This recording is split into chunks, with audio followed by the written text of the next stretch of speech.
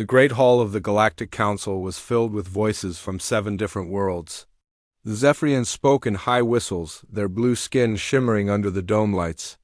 The Krell clicked their mandibles together, making sounds like breaking glass.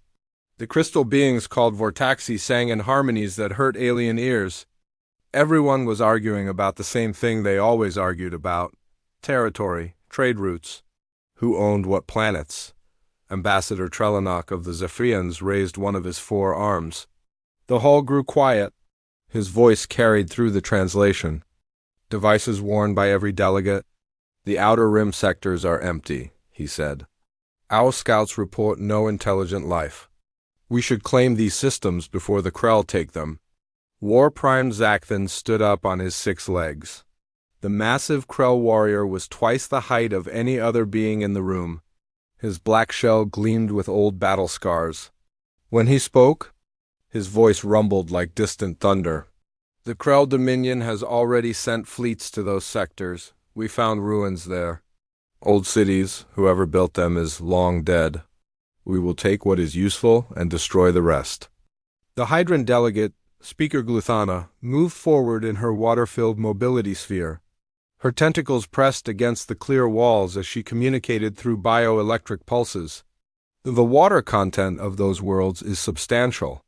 The Hydran Collective has prior claim based on biological necessity. You cannot claim empty space, clicked Sub-Commander Vorthak, Zakthan's second in command. The old stories speak of many dead races. This is just another one. Elder Kristalla of the Vortaxi hive mind hummed a low note.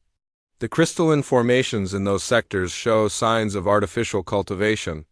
The hive remembers legends of a species that could grow crystals for technology. Perhaps these were their worlds. Legends and myths, Zakthan said with a laugh that sounded like grinding stone. Old stories told to younglings. There is no proof these humans ever existed. The word hung in the air like a forbidden's curse. Humans, the mythical 8th species that supposedly once walked among the stars. Every race had stories about them. The Zephyrians told tales of traders who could survive in any environment. The Krell spoke of warriors who never surrendered even when facing certain death. The Vortaxi sang of builders who could make machines that seemed to think for themselves. The human stories are just that, stories, Trelenok said. No species could do what the legends claim, fight without fear. Survive on worlds that would kill any sensible being. Build ships that could repair themselves. It is impossible.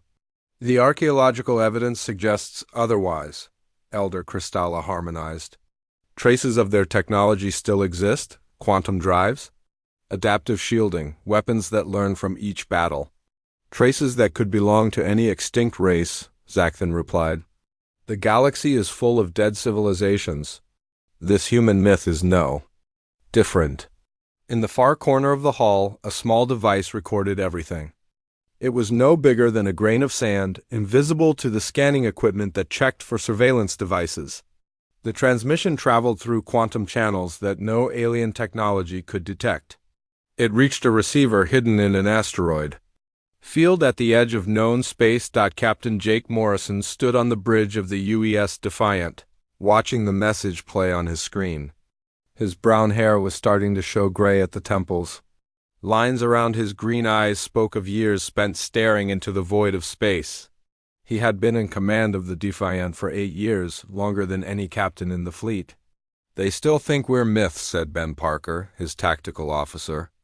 Ben was young, maybe 25, with the kind of eager expression that came from believing in something bigger than himself. Should we tell them they're wrong? Not yet, Jake replied. Admiral Carter wants to wait. Let them keep thinking. We're just old stories. Kelly Brooks looked up from her engineering station. She was small for a human, but her hands could work magic with any piece of technology. She had red hair that she kept tied back in a practical ponytail and freckles that made her look younger than her 30 years. The colonies are still sending their regular reports, she said. New Dakota, Haven's Rest, and Meridian Station are all operating normally. The Krell don't know how close they are to human space. They will soon enough, Jake said. When they find our colonies, they'll think they've discovered some primitive outpost. They won't understand what they're really looking at. Dr. Amy Foster turned from her science station. She was the ship's xenobiologist and expert on alien life forms. Her blonde hair was pulled back in a simple bun, and her blue eyes held the kind of intelligence that came from years of study.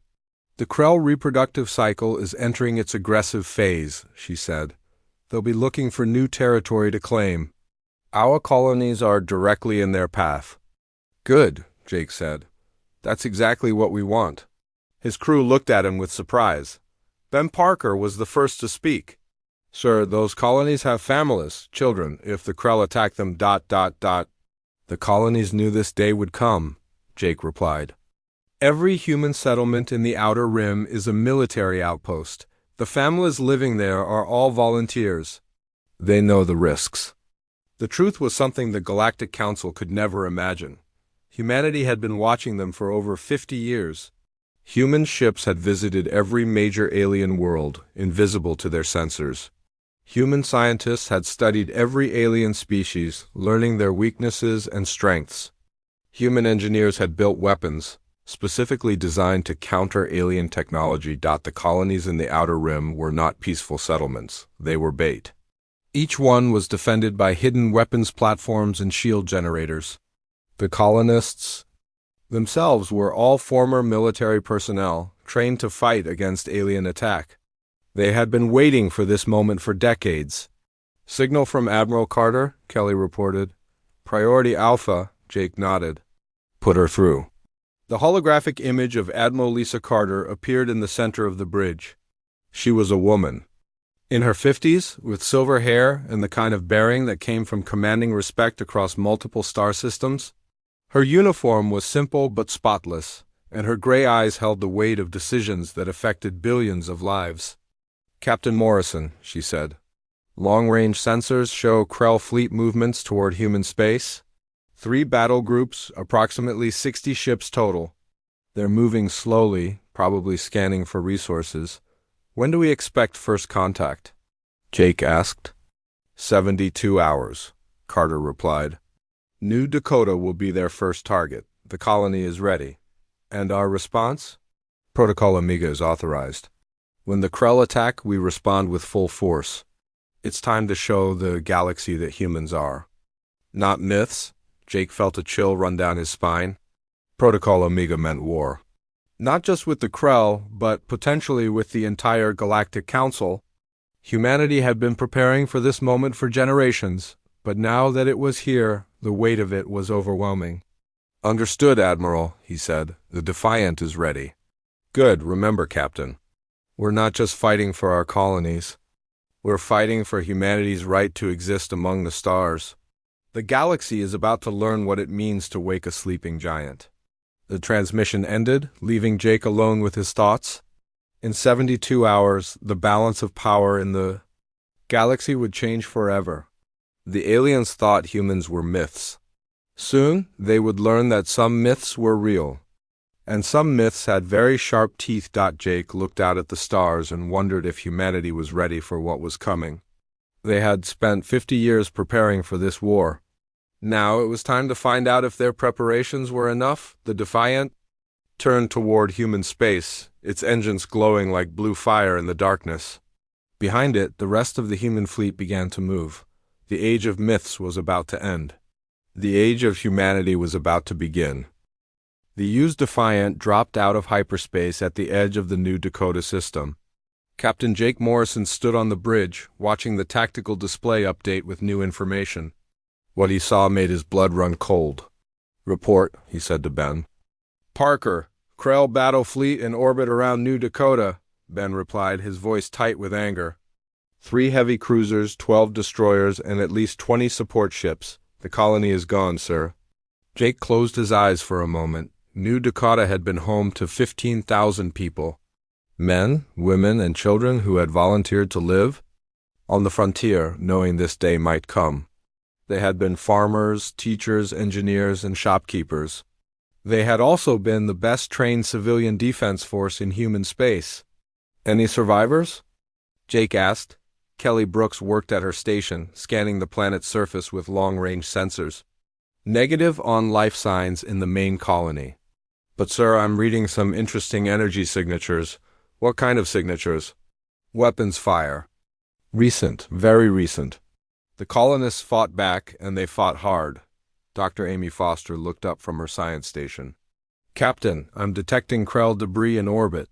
Lots of it. At least 6 ships were destroyed, maybe more. Jake felt a mix of pride and sadness. The people of New Dakota had died, but they had taken their enemies with them. That was the human way. Never give up. Never surrender. Make the enemy pay for every inch of ground. Take us in closer, Jake ordered. Full stealth mode.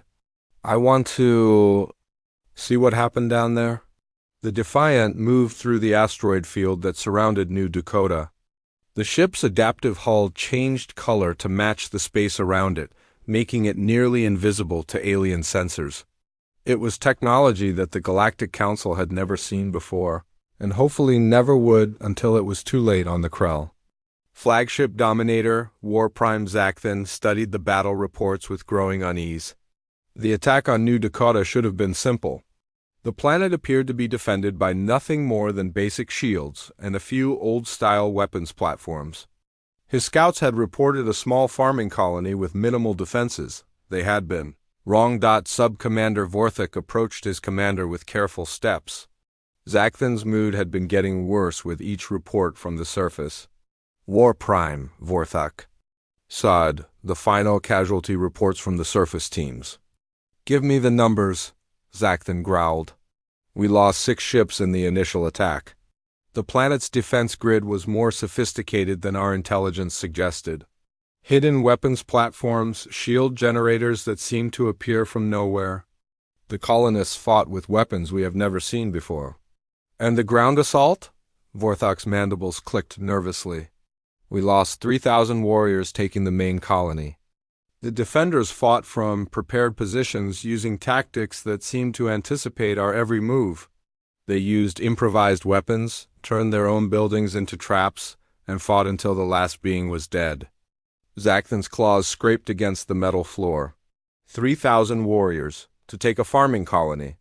What kind of farmers fight like that? The kind that are not really farmers, Vorthak replied. War Prime, I believe we may have encountered. The mythical humans. Impossible, Zakthan said, but his voice carried less certainty than before. The humans are legends. Stories told to frighten younglings.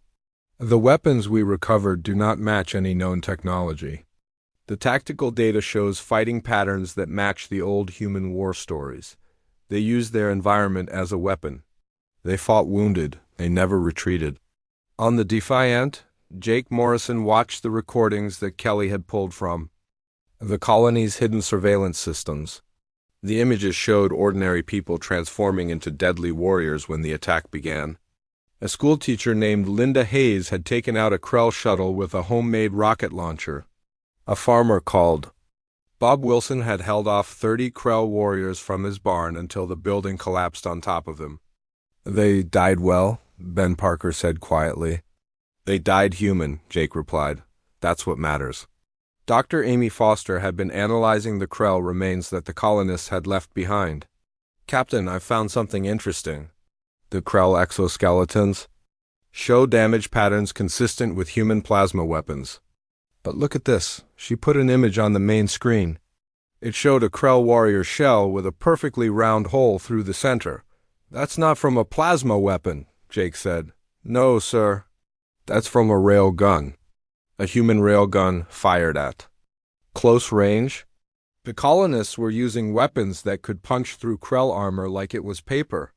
Kelly Brooks looked up from her engineering station. I'm picking up encrypted transmissions from the Krell fleet. They're reporting back to their command structure. Can you decode them? Already done. They're calling for reinforcements. They want the entire Third Fleet to come to this sector. Jake felt a cold smile cross his face. Perfect. Let them bring. They're friends. The more the merrier. The truth was that New Dakota had been exactly what it appeared to be on the surface. A farming colony with 15,000 people living normal lives. But every single one of those people had been a former soldier, marine, or combat engineer. They had come to the frontier to build a new life, but they had never forgotten their training. The colony's defenses had been hidden beneath the surface. Weapons platforms that could emerge from underground bunkers. Shield generators disguised as water treatment plants. Railgun batteries hidden in grain silos. The whole colony had been one giant trap, waiting for the day when the aliens would come calling, and the people had known. Every man, woman, and child on New Dakota had known that they were the first line of defense against alien aggression. They had chosen to be there. They had volunteered to stand between the aliens and the rest of humanity. "Captain," Kelly said, "I'm detecting movement in the Krell fleet. Looks like they're preparing to move to the next target." "Which would be?" "Haven's Rest, colony population 12,000. "Same setup as New Dakota," Jake nodded. "Signal Admiral Carter. Tell her the Krell took the bait. Phase 1 is complete." Ben Parker turned from his station. "Sir, what about the people on Haven's Rest? Are we just going to let them die too?" "Those people made the same choice as the colonists on New Dakota," Jake replied. "They chose to stand and fight. They chose to buy time for the rest of humanity to prepare for war." "But sir, Lieutenant, this is war." "In war, people die. Our job is to make sure their deaths count for something." The Defiant maintained its position in the asteroid field, watching as the Krell fleet organized itself for the next attack. Jake knew that Admiral Carter was moving the main human fleet into position. Soon, the Krell would learn what it meant to fight an enemy that had been preparing for this war for 50 years. Dr. Amy Foster was studying the tactical data from the New Dakota battle. "Captain, the Krell are adapting their tactics. They're bringing heavier weapons to the next attack. They're learning from their mistakes." "Good," Jake said. "Let them learn. Let them think they're getting smarter. It will make their surprise even greater when they find out what we're really capable of." Kelly Brooks looked up from her station. "Sir, I'm reading energy signatures from Haven's Rest. They're powering up their defense grid. How long until the Krell arrive?" 18 hours, Jake turned to his crew. 18 hours to prepare. 18 hours until the galaxy learns that humans are not myths. 18 hours until we show them what real war looks like. The Defiant continued its silent watch, a ghost ship in the darkness, waiting for the moment when the sleeping giant would finally wake up and show the galaxy what it meant to fight humanity. The command center deep beneath Earth's surface buzzed with activity. Admiral Lisa Carter stood before a massive holographic display showing the positions of every human ship in the galaxy. Red dots marked enemy fleets. Blue dots showed human forces. Green dots indicated colonies under threat. "Report," Carter said to her aide, Commander Nick Rodriguez. "The Krell Third Fleet is moving toward Haven's Rest, 47 ships total, including their new heavy battleship Annihilator. They're bringing everything they have," Carter nodded. "And our forces?" "The Titan battle group is in position near the Centauri system. The Scorpion strike force is hidden in the asteroid field around Vega. Captain Martinez has her ships ready to move on your command. Signal all units. Protocol Omega is now active. It's time to show the galaxy what humanity can do." On the bridge of the UES Titan, Commander Nick Rodriguez closed the communication channel and turned to his crew. The Titan was the largest ship in the human fleet, a massive dreadnought that had been built in secret over the past 10 years. Its hull was black as space itself, covered in adaptive armor that could change its properties based on the weapons being used against it. "All hands, this is the commander," Nick said over the ship's intercom. "We have waited 50 years for this moment. Today we stop hiding. Today we show the galaxy that humanity will not be pushed around. Today we fight."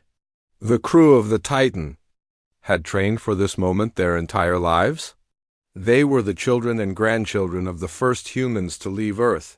They had grown up knowing that someday they would have to fight for humanity's place among the stars. At Haven's Rest, the colonists prepared for the coming battle. Colony Administrator Steve Parker stood in the command center, watching as defensive systems came online.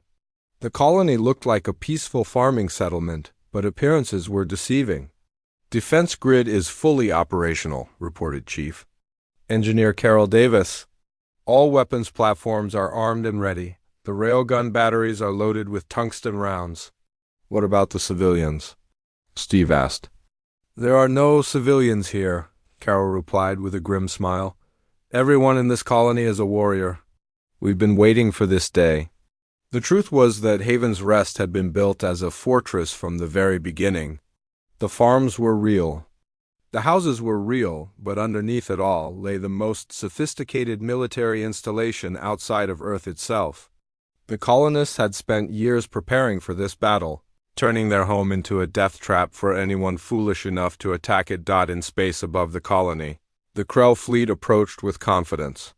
War Prime Zakthan stood on the bridge of his flagship, studying the planet below. It looked exactly like New Dakota had looked. A simple farming world with basic defenses. Sub-Commander Vorthek, Zakthan said. What do our sensors show? The same as before, War Prime. Basic shields, a few weapons platforms. Nothing that should cause us any trouble. And yet New Dakota cost us dearly. These humans, if that is what they are, fight like demons. We are prepared this time, Vorthek replied. We have brought plasma bombs to destroy their underground bunkers. We have heavy assault troops to break their defensive lines. This colony will fall quickly, Zakthan was not so sure. The reports from New Dakota had troubled him. The defenders had fought with a skill and determination that seemed impossible. They had used weapons that the Krell had never seen before. They had employed tactics that seemed to anticipate every Krell move. Begin the attack, Zakthan ordered. But be careful. These humans are more dangerous than they appear. The Krell fleet moved into attack formation. Heavy cruisers took positions to bombard the planet's surface. Destroyers prepared to launch assault shuttles. The massive battleship Annihilator powered up its main guns, preparing to crack the planet's crust. On Haven's Rest, Steve Parker watched the approaching fleet on his tactical display. They're coming in exactly as we expected.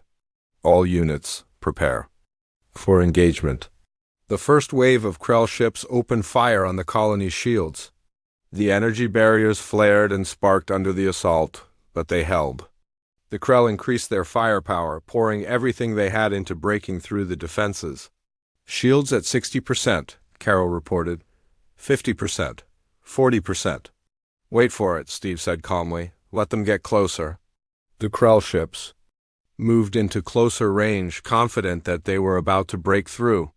That was when the colonists revealed their true strength. Hidden weapons platforms rose from the ground, like metal flowers blooming in the sunlight. Railgun batteries emerged from fake barns and grain silos. Missile launchers appeared from camouflage positions all across the planet's surface. All weapons fire, Steve ordered. The colonists opened up with everything they had. Railgun rounds, traveling at a significant fraction of light speed, punched through Krell shields like they were made of paper. Missiles with adaptive warheads sought out the weakest points in enemy armor. Plasma cannons fired streams of superheated matter that melted through alien hulls. The Krell fleet reeled under the unexpected assault. 3 destroyers exploded in the first volley. A heavy cruiser lost its engines and began spinning out of control. The battleship Annihilator took a direct hit from a railgun round that left a hole the size of a building in its hull. Impossible, Zakthan snarled. How can a farming colony have weapons like that? War Prime, Vorthek reported, his voice filled with fear. We're detecting massive energy signatures throughout the system. There are ships approaching, lots of ships. On the edge of the system, the human fleet decloaked. The UES Titan led the charge, its massive guns already charging for battle. Behind it came 24 other ships, sleek and deadly, their hulls gleaming with the reflected light of the system's star. Commander Rodriguez opened a channel to the Krell fleet. This is Commander Nick Rodriguez of the United Earthship Titan. You are in violation of human space. Surrender now, or we will destroy you, Zakthan laughed. Humans, so you are real after all. No matter, we will crush you as we have crushed all who stand before the Krell Dominion. Your choice, Rodriguez replied. All ships, weapons free? Show them what human engineering can do? The human fleet opened fire with weapons that the Krell had never seen before. Quantum torpedoes that could phase through shields. Plasma cannons that could adjust their frequency to match enemy armor. Kinetic weapons that could punch through anything in their path, but it was not just the weapons that made the difference. It was the way the humans fought. They coordinated their attacks with perfect precision. They anticipated enemy moves before they happened. They fought as if they had been preparing for this battle their entire lives, because they had Captain. Ruth Martinez of the UES Scorpion led her strike force against the Krell left flank. Her ships moved like dancers, weaving between enemy fire while delivering precise strikes against critical systems. She had been training for this moment since she was old enough to hold a weapon. Target their command ship, she ordered. Take out their communications. Make them fight blind. The Scorpion's weapons found their mark. The Krell command cruiser lost its sensor array and communication systems. Suddenly, the enemy fleet was fighting without coordination, each ship acting on its own. That was when the humans showed their true strength. They had studied Krell tactics for decades. They knew exactly how the enemy would react when their command structure was disrupted. They were ready for everything the Krell tried to do. The battle lasted only 30 minutes. When it was over, the Krell Third Fleet was scattered wreckage floating in space. Only a few ships managed to escape, and they fled in terror, carrying word of humanity's power back to their masters. War Prime Zakthan was not among the survivors. His flagship had been destroyed in the first minutes of the battle, taking him and his crew with it. The last thing he had seen was a human ship bearing down on him, its weapons glowing like stars. On Haven's Rest, the colonists cheered as they watched the enemy fleet burn.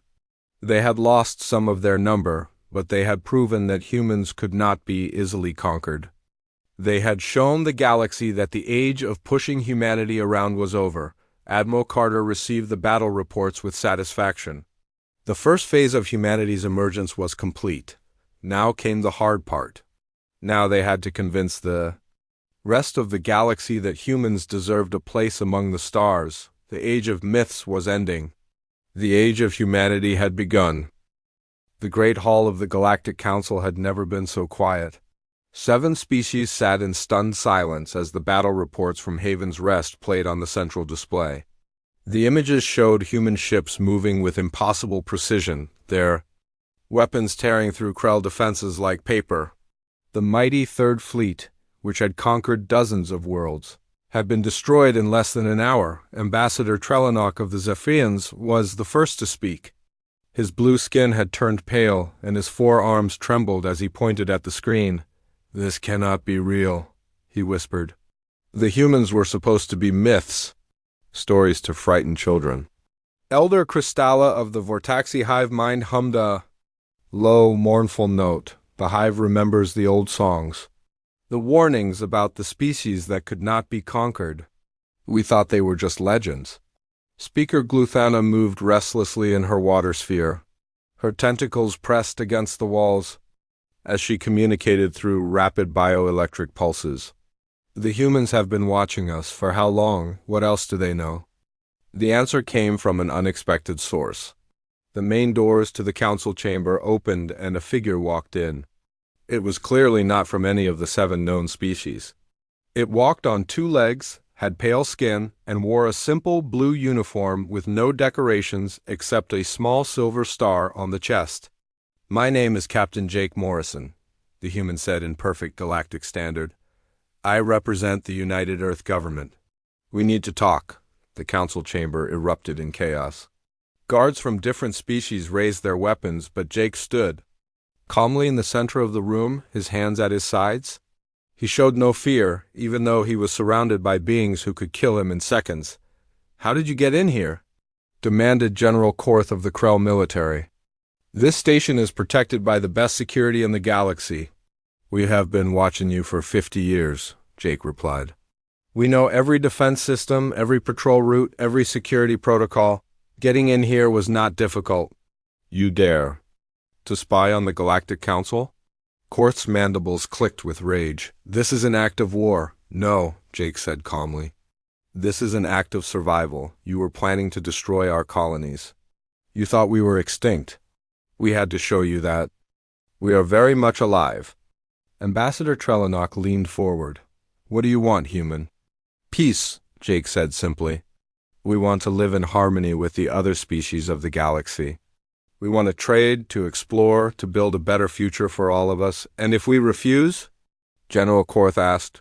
Jake's expression did not change. Then you will learn why the old stories called us the species that could not be conquered. The threat hung in the air like a poisonous cloud.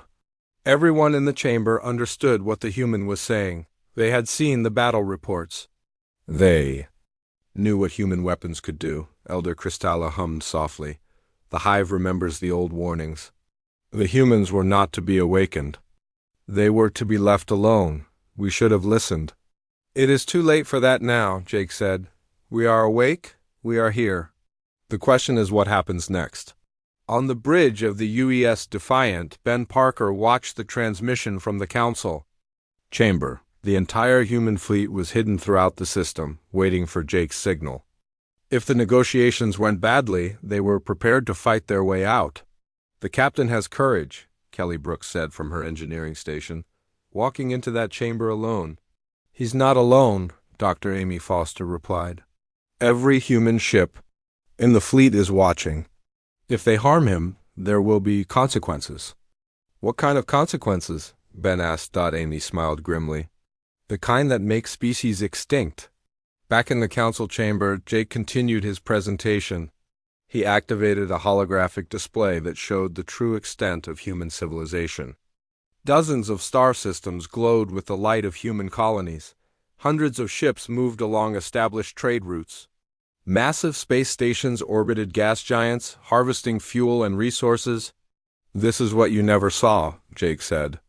While you were arguing about territory and trade routes, we were building, we were growing, we were preparing. Preparing for what? Ambassador Trelawnok asked. For the day when we would have to defend ourselves. We knew that eventually one of your species would discover our colonies. We hoped it would be peaceful first contact. Instead, the Krell chose to attack civilian settlements. General Korth stood up, his massive frame towering over the human. The Krell Dominion does not negotiate with inferior species. You may have won one battle, but we have thousands of ships. We will crush you, will you? Jake asked. Let me show you something. The display changed to show the current positions. Of all Krell fleets, red dots marked their locations throughout the galaxy, then blue dots appeared around each red dot. Human ships, hiding in asteroid fields, nebulae, and empty space. Every major Krell fleet was surrounded. We have been tracking your movements for years, Jake said. Every ship, every base, every important installation. If you want to fight, we are ready. But it will not go the way you think it will. The silence in the chamber was deafening. The representatives of 7 species stared at the display, realizing that they had been blind to the greatest military force in the galaxy. Speaker. Gluthana was the first to recover. What are your terms for peace? Simple, Jake replied. Recognition of human sovereignty over our territory. Mutual defense agreements, trade partnerships. We do not want to rule the galaxy. We just want our place in it. And if we agree to these terms, Elder Kristalla asked, then we can work together. Human technology combined with your resources and knowledge. We can explore new worlds, make new discoveries, build a better future for all our peoples. If we refuse, Jake's expression hardened, then you will learn why the old stories said that humans were the most dangerous species in the galaxy. We do not start wars, but we finish them. General Korth was not convinced. You speak of peace, but your actions show otherwise. You destroyed our 3rd fleet. You killed thousands of Krell warriors. Your 3rd fleet attacked civilian colonies, Jake replied. They killed innocent people. In human culture that is called murder. We responded appropriately. Appropriately? Korth's voice rose to a roar. You slaughtered our warriors. We defended our people, Jake said calmly. If you attack human civilians again, we will respond the same way. Every time. Without exception. The chamber fell silent again. The representatives began to understand something that chilled them to their cores. The humans were not just militarily superior. They were absolutely committed to protecting their own people. They would fight to the death rather than allow their colonies to be destroyed. Ambassador Trelawney spoke carefully. Captain Morrison, you must understand our position. For 3,000 years, we have maintained the balance of power in this galaxy. Now you appear with technology we cannot match and demand equal treatment. This is difficult for us to accept. I understand, Jake said. Change is never easy, but the alternative is war. And in war, everyone loses something. We prefer to gain something instead. Elder Crystalla hummed thoughtfully. The Hive will consider your proposal, but we have one question. Why reveal yourselves now? Why not remain hidden? Because hiding is not living, Jake replied. We are explorers, we are builders. We want to see what lies beyond the next star, to learn about new worlds and new peoples. We cannot do that while hiding in the shadows. The council session continued for hours. Questions were asked, threats were made, and compromises were discussed. But by the end of the day, one thing was clear to everyone in the chamber. The galaxy had changed forever. The age of 7 species was over. The age of 8 species had begun. And the 8th species was not going to be pushed around by anyone. As Jake Morrison walked out of the council chamber, he carried with him the hopes and fears of 2 civilizations. Behind him, the representatives of 7 species tried to figure out how to deal with a reality they had never imagined. The humans were real, the humans were powerful, and the humans were here to stay.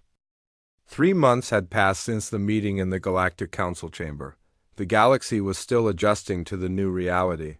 Humans were real, humans were powerful, and humans were now part of the galactic community, whether the other species liked it or not.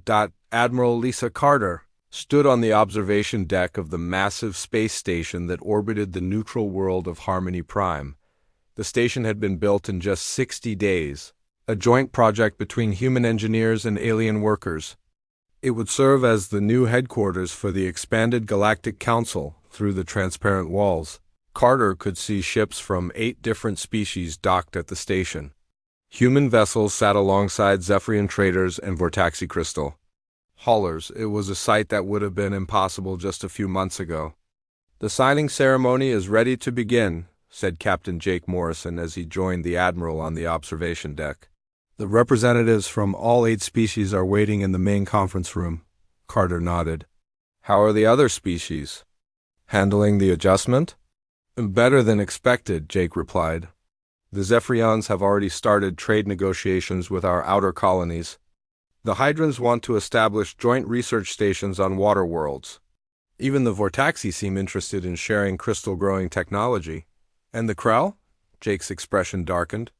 General Korth signed the peace treaty, but he was not happy about it. Most of the Krell military has accepted the new reality, but there are rumors about resistance groups. Carter was not surprised. The Krell had been the dominant military power in the galaxy for centuries. Accepting that humans were stronger than them had been a bitter pill to swallow. Some Krell warriors would never accept it. We'll deal with any problems as they come, Carter said. Right now, we need to focus on building a peaceful future. The signing ceremony took place in the main conference room of the new station. Representatives from all 8 species sat around a circular table made from materials contributed by each world. The humans had provided steel from Earth. The Zephyrians had donated rare blue crystals from their homeworld. The Vortaxi had grown special formations that sang when touched. The document being signed was called the Terran Accords. It established humanity as the 8th member of the Galactic Council with full rights and responsibilities. It also created new rules for peaceful contact between species and guidelines for settling disputes without war. Ambassador Trelawney was the first to sign. Using a traditional Zephyrian light pen that burned the signature into the document, the Zephyrian Trade Federation welcomes humanity to the galactic community, he said formally. We look forward to many years of profitable cooperation. Elder Crystalla signed next, her crystalline appendage leaving a musical note embedded in the document. The Vortaxi Hive Collective recognizes the strength and wisdom of the human species. May our knowledge grow together. Speaker Gluthana pressed her bioelectric signature into the bio-responsive section of the document. The Hydran Collective extends friendship to our new allies. Together we shall explore the deepest oceans of 1,000 worlds. One by one, the other species added their signatures. Finally, it was General Korth's turn. The massive Krell warrior hesitated for a moment, his claws hovering over the document. Then, with obvious reluctance, he pressed his signature into the metal. The Krell Dominion accepts the terms of this treaty, he said in a voice like grinding stone. We will honor our agreements. Admiral Carter was the last to sign, using a simple pen made from materials found on Earth. The United Earth Government pledges to work with all species for the betterment of the galaxy. We come in peace, but we are prepared to defend that peace if necessary. As the ceremony concluded, Jake Morrison felt a sense of accomplishment. Humanity had achieved something that had seemed impossible just a year ago. They had gone from being mythical creatures to being equal partners in galactic civilization, but even as the celebration began, trouble was brewing in the dark corners of space. War Prime Zakthan had not died at Haven's Rest as everyone believed. His flagship had been destroyed, but he had escaped in a small scout ship moments before the explosion. For 3 months, he had been hiding in the Outer Rim, gathering followers who shared his hatred of humanity. The humans had humiliated the Krell Dominion. They had destroyed the Third Fleet and forced the proud warrior race to sign a peace treaty. In Zakthan's mind, this was an insult that could only be washed away with blood. His hidden base was located in an asteroid field far from any inhabited system. Dozens of ships were docked to the rocky surface, their crews made up of Krell warriors, who refused to accept the new galactic order. They called themselves the Last Legion, and they had sworn to fight until either humanity was destroyed or they were all dead. The treaty signing is complete, reported Sub-Commander Vorthak, who had also survived the battle at Haven's Rest. The humans are now officially part of the Galactic Council? Zakthan's mandibles clicked with rage. Then we must act quickly.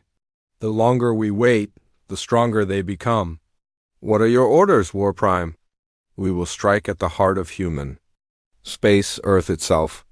If we can destroy their homeworld, the rest of their colonies will fall into chaos. Vorthak hesitated. War Prime, the humans have proven that their defenses are stronger than we expected. Earth will be even more heavily protected than their colonies. Then we will bring enough firepower to crack a planet, Zakthan replied. I have been in contact with other resistance groups. Some Zephyrians fear that human trade will destroy their economy. Some Vortaxi believe that human technology will contaminate their pure crystal formations. They are willing to help us. The truth was that not everyone was happy with humanity's emergence. While most aliens accepted the new reality, some saw humans as a threat to their way of life.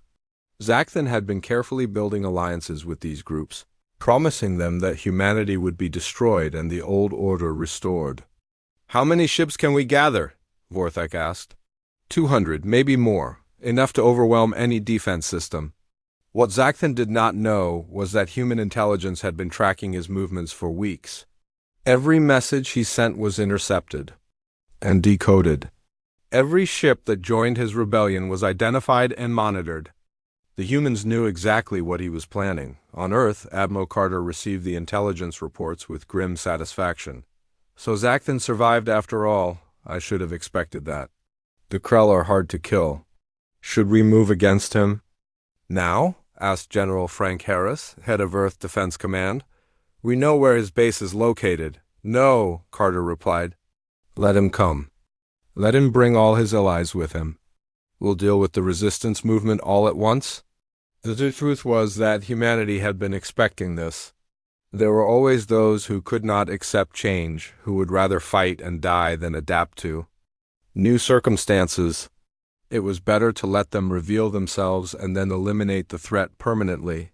3 weeks later, Zakthan's fleet emerged from hyperspace at the edge of the solar system. 230 ships of various designs formed a massive battle formation. Krell warships flew alongside Zephyrian raiders and rogue Vortaxi crystal ships. It was the largest rebel fleet in galactic history. Attention, humans, Zakthan. Broadcast on all frequencies. I am War Prime Zakthan of the Last Legion. You have brought dishonor to the galaxy with your presence. Today we restore the natural order. Today we destroy your homeworld. The response came not from Earth, but from Admiral Carter aboard the UES Liberty, humanity's newest and most powerful warship. The ship had been built specifically to defend Earth, and it was larger than any vessel in Zakthan's fleet. War Prime Zakthan, Carter's voice was calm and steady. You are in violation of the Terran Accords and guilty of acts of war against human civilians. Surrender now, and you will be given a fair trial? Zakthan laughed. We do not surrender to inferior species. All ships, attack formation. Destroy them all. The rebel fleet charged toward Earth, expecting to face the small defense force that protected the human homeworld. Instead, they found themselves facing the largest military force ever assembled in human space. Ships emerged from behind every moon, asteroid, and space station in the solar system. The entire human fleet had been waiting in ambush, over 500 vessels armed with the most advanced weapons technology in the galaxy. The rebels had walked into a trap that had been 50 years in the making. The battle was over in 20 minutes. Zakthan's ship was the first to die, destroyed by a concentrated barrage from a dozen human vessels. The War Prime had time for one final transmission before his ship exploded. This is not over, he snarled. There will always be those who fight. Against your kind, yes, Admiral Carter replied. And we will always be ready for them. The destruction of the Last Legion marked the end of organized resistance to humanity's place in the galaxy. The other species saw what happened to those who chose war over peace, and they chose wisely. In the years that followed, the galaxy entered a new age of prosperity. Human technology combined with alien knowledge to create wonders that none of the species could have achieved alone. New worlds were explored, new discoveries were made, and new friendships were formed.